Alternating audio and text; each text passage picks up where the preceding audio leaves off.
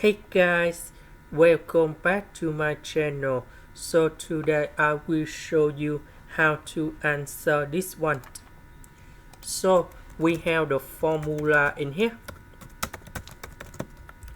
That is about secant of s squared minus number 1. So in this one, we need to transform this one into this one. So 3 minus number 1, we have positive number 2. The integration of this one, that is about tan s.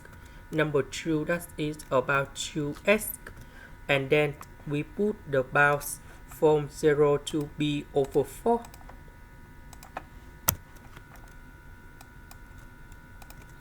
And now we have the final answer.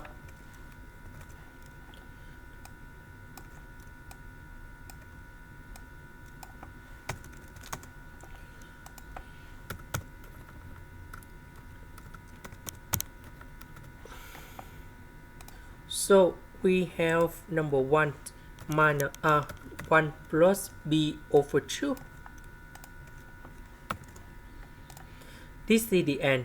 Thank you for watching.